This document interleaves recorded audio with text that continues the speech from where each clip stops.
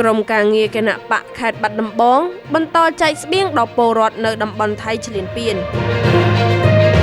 ក្រុមការងារគណៈបកភ្លឹងទៀននិងគណៈបកឆន្ទៈខ្មែរបន្តរៀបចំស្បៀងអាហារថ្នាំពេទ្យនិងសម្ភារៈប្រើប្រាស់ជូនដល់ប្រជាពលរដ្ឋដែលជួបការលំបាកនៅតំបន់ដែលថៃបានឈ្លានពានទោះបីជាពួកគាត់បានវិលត្រឡប់ទៅផ្ទះវិញហើយក៏ដោយប្រធានគណៈកម្មាធិការប្រតិបត្តិគណៈបកឆន្ទៈខ្មែរខេត្តបាត់ដំបងលោកភូសវណ្ណថាបានឲ្យដឹងថា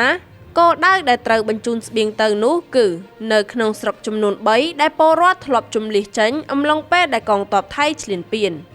លោកបានបញ្ជាក់ថាមូលហេតុដែលនៅតែត្រូវបញ្ជូនស្បៀងអាហារទៅនោះព្រោះប្រជាពលរដ្ឋទាំងនោះមានជីវភាពលំបាកខ្លាំងគោលដៅដែលយើងចែកហ្នឹងគឺចែកទៅដល់ជនភៀសសឹកដែលលោកបានវិលត្រឡប់ទៅវិញហើយមានការខ្វះខាតព្រោះជនភៀសសឹកទាំងអស់ហ្នឹងជាធម្មតាអ្នកខ្លះគ្នារមួយថ្ងៃសម្រាប់មួយថ្ងៃពលករជាកម្មករនៅតាមព្រំដែនហ្នឹងហើយយើងចែកទៅតំបន់3ស្រុកខាងលិចហ្នឹងគឺគម្រៀងសពៅលូនហើយនឹងភ្នំព្រឹកហើយយើងយកបន្តចែកទៅដល់តំណាងនៅតាមស្រុកនីមួយៗនឹងដើម្បីកដើរចែកបើតាមលោកភូសវណ្ណថាបើទោះជាពលរដ្ឋទាំងអស់បានវិលត្រឡប់ទៅផ្ទះពួកគាត់វិញនៅក្បែរព្រំដែនប៉ុន្តែពួកគាត់នៅតែមានការភ័យខ្លាចពីការវាយប្រហារជាថ្មីម្ដងទៀតរបស់កងទ័ពថៃលោកភូសវណ្ណថាបានឲ្យដឹងថា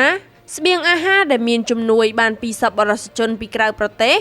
រួមមានអង្ករ1តោនបែងចែកជា100កញ្ចប់មានទឹកត្រីអំបិលស្ករប៊ីចេងប្រេងឆានិងថ្នាំពេទ្យជាដើមគណៈបកភ្លើងទៀននិងគណៈបកឆន្ទៈខ្មែរនៅតែបន្តតាមដានយ៉ាងយកចិត្តទុកដាក់លើសកម្មភាពឈ្លានពានរបស់យោធាថៃលើដែនអធិបតេយ្យភាពកម្ពុជានិងត្រៀមលក្ខណៈជាថ្មីក្នុងការលើកទឹកចិត្តនិងបញ្ជូនស្បៀងអាហារជូនដល់បងប្អូនជនភៀសសឹកគ្រួសារកងទ័ពនិងកងទ័ពជួរមុខ